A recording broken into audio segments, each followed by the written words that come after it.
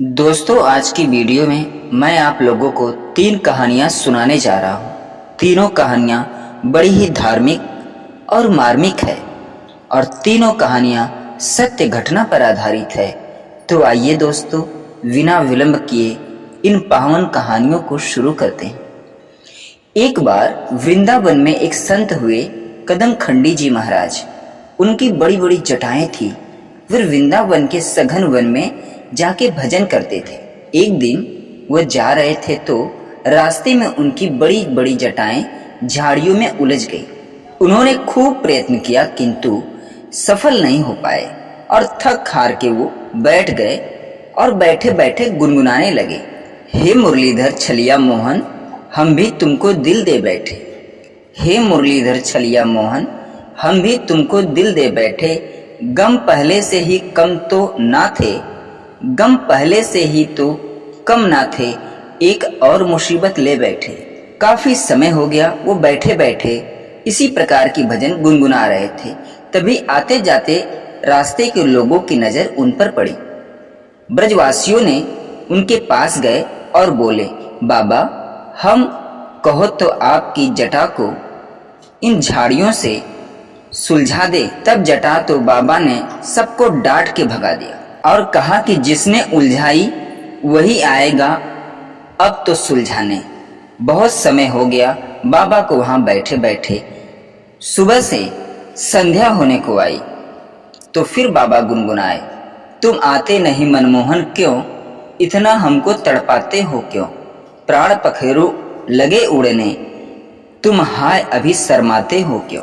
अभी यह गुनगुना करके कुछ समय हुआ ही था कि तभी वह देखते हैं कि उनके सामने से 15-16 वर्ष का सुंदर किशोर हाथ में लटकुटी लिए आता हुआ दिखा, जिसकी मतवाली चाल देखकर करोड़ों काम लजा जाएं।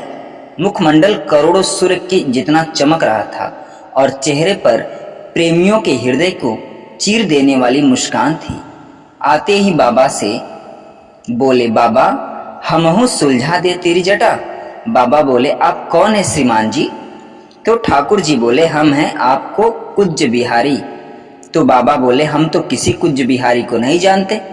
तो भगवान फिर आए थोड़ी देर में और बोले, बाबा, हम आपकी जटा सुलझा दें। तो बाबा बोले, अब आप कौन हो श्रीमान जी। तो ठाकुर बोले, हम हैं निकुंज बिहारी। तो बाबा बोले, हम तो किसी निकुंज बिहारी को नहीं जानते। तो ठाकुर जी बोले, तो बाबा किसको जानते हो बताओ। तो बाबा बोले, हम तो निवृत्त निकुंज बिहारी को जानते हैं। तो भगवान ने तुरंत निवृत्त निकुंज बिहारी का स्वरूप बना लिया। ले बाबा, अब सुलझा दो तेरी जटाएं। तब बाबा बोले, च्योरे लाला, हमहू पागल बनावे लागे हो। निवृत्त निकुंज बिहारी तो बिना श्री राधा जी के एक पल भी ना रह पावे और एक तू है अकेला सोटा लेवे यहाँ चले आयो। तभी पीछे से मधुर रसीली आवाज आई, बाबा, हम भी यही हैं। बाबा, हम भी यही हैं। ये थी हमारी श्री जी, राधा जी। और श्री जी बोली, अब सुलझा देवे बाबा आपकी जटा। तो बाबा मस्ती में आके बोले, लाडली, जो आपका दर्शन पा लिया, अब ये जीवन ही सुलझ गया। जटा की क्या बात है। तो आइए दोस्तों, अब हम दूसरी कथा को शुरू करते हैं। दूसरी कथा को भी ध्यानपूर्वक सुनिएगा। दूसरी कथा बहुत ही आनंदित है। यह कथा पूर्वांचल के एक गांव की है, जिसमें एक लड़का अपनी माँ से बड़ा प्रेम करता है, अपनी पत्नी से बहुत प्रेम करता है। तो आइए दोस्तों, इस कथा को भी हम शुरू करते हैं। वह कहता है, मेरी पत्नी सबरी है, शायद आपके भी घर में सबरी है। मैं तो कहता हूँ कि जिस घर में माँ है, पत्नी है, हर उस घर में सबरी है। मैं कार्यालय में था कि पत्नी का फोन आया कि कब तक आएंगे घर। तो मैंने कहा, कुछ देर में काम खत्म करके आता हूँ। तब फटाफट पत्नी ने शरबत बनाया और मेरा इंतजार करने लगी। मुझे आते आते देर हो गई तो पत्नी को लगा कि इतनी देर से रखा शरबत कहीं खराब न हो गया हो।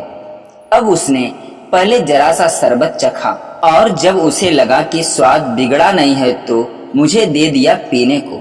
सवेरे बेटी स्कूल जा रही थी तो नाश्ते के नमक मसाले को चख कर यहाँ जाना कि नमक मसाला ठीक है कि नहीं। तब पत्नी ने टिफिन में खाना पैक कर दिया। बेटी के स्कूल से वापस आने पर उसे तरबूज काट कर दिया, लेकिन उससे पहले खुद चख कर पता किया कि कहीं इसमें कीड़े तो नहीं है, खट्टा तो नहीं है। सब देखभाल कर जब संतुष्ट हुई तो बेटी को तरबूज काटकर खाने के लिए दे दी। दही का रायता बनाते समय लगा कि कहीं दही खट्टा है तो चम्मच से मामूली दही को उसने खुद चख लिया। हाँ ठीक है। जब यह तसल्ली हुई तभी दही का रायता बनाया। सासू माँ ने सुबह खीर खूब मन भरकर खाई और रात को फिर खाने को मांगी तो झट से बहू ने सूंघी और चख ली, कहीं गर्मी में दिन भर की बनी खीर खट्टी न हो गई हो। बेटे ने सैंडविच की फरमाइश की तो खीरा छील एक टुकड़ा खाकर देखा कि कहीं कड़वा तो नहीं है। ब्रेड को सूंघा और चखा कि पुरानी तो नहीं है। संतुष्ट होने के बाद बेटे को गर्मा गर्म सैंडविच बनाकर खिलाया। दूध, दही, सब्जी, फल आदि ऐसी कितनी भी चीजें होती हैं जो औरतें हम सभी को परोसने से पहले मामूली सी चख लेती हैं। सच में कभी कभी लगता है कि हर माँ, हर बीवी, हर स्त्री अपने घर वालों के लिए सबरी की तरह होती है, जो जब तक खुद संतुष्ट नहीं हो जाती किसी को खाने को नहीं देती। और यही कारण तो है कि हमारे घर वाले बेफिक्र होकर इस सबरी के चखे हुए खाने को खाकर स्वस्थ और सुरक्षित महसूस करते हैं। हमारे भारतीय परिवारों की हर स्त्री सबरी की तरह अपने परिवार का ख्याल रखती है और घर के लोग भी सबरी के इन जूठे बेरों को खाकर ही सुखी, सुरक्षित, स्वस्थ और संतुष्ट रहते हैं। दोस्तों, दूसरी कथा यहीं समाप्त होती है। आइए दोस्तों, तीसरी और सबसे अच्छी कथा हम आप लोग को सुनाते हैं। तीसरी कथा को सुनकर जरूर जाइएगा। एक समय की बात है, एक संत प्रातः काल भ्रमण करते हेतु समुद्र के तट पहुंचे।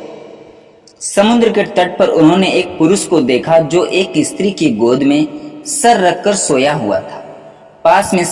पास में शराब की खाली बोतल पड़ी हुई थी। संत बहुत दुखी हुए। उन्होंने विचार किया कि यह मनुष्य कितना तामसिक है और विलासी है, जो प्रातःकाल शराब सेवन करके स्त्री की गोद में सर रखकर प्रेमालाप कर रहा है। थोड़ी देर बाद समुद्र में बचाओ बचाओ की आवाज आई। संत ने देखा एक मनुष्य समुद्र में डूब रहा है, मगर स्वयं तैरना नहीं आने के कारण संत देखते रहने के अलावा कुछ नहीं कर सकते थे। स्त्री की गोद में सिर रखकर सोया हुआ व्यक्ति उठा और डूबने वाले को बचाने हेतु पानी में कूद गया। थोड़ी देर में उसने डूबने वाले को बचा लिया और किनारे ले आया। संत विचार में पड़ गए कि इस व्यक्ति को बुरा कहें या भला। वो उसके पास गए और बोले, भाई तुम कौन हो और यहाँ क्या कर रहे हो? उस व्यक्ति ने उत्तर दिया, मैं एक मछुआरा हूँ, मछली मारने का काम करता हूँ। आज कई दिनों बाद समुद्र में मछली पकड़कर प्रातः जल्दी यहाँ लौट आया हूँ। मेरी माँ मुझे लेने के लिए आई थी और साथ में इस मदिरा की बोतल में पानी ले आई। कई दिनों की यात्रा में मैं थका हुआ था और भोर के सुहावने वातावरण में ये पानी पीकर थकान कम करके माँ की गोद में सिर रखकर ऐसे ही सो गया। संत की आंखों में आंसू आ गए कि मैं कैसा पातक मनुष्य हूँ, जो देखा उसके बारे में मैंने गलत विचार किया, जबकि वास्तविकता अलग थी। कोई भी बात हो, हम देखते हैं हमेशा जैसी दिखती है वैसी नहीं होती, उसका एक दूसरा पहलू हो सकता है। किसी के प्रति कोई निर्णय लेने से पहले 100 बार सोचें और तब फैसला करें। दोस्तों, मैं आशा करता हूं कि ये तीनों कहानियां आप लोगों को बहुत अच्छी लगी होगी। दोस्तों, अगर ये कहानियां अच्छी लगी हो तो भगवान श्री कृष्ण के लिए, प्रभु श्री राम के लिए, अपने घर की माँ के लिए, अपने घर की बहू के लिए चैनल को लाइक, शेयर, सब्सक्राइब जरूर करिएगा। पूरा वीडियो देखने और सुनने के लिए धन्यवाद दोस्तों।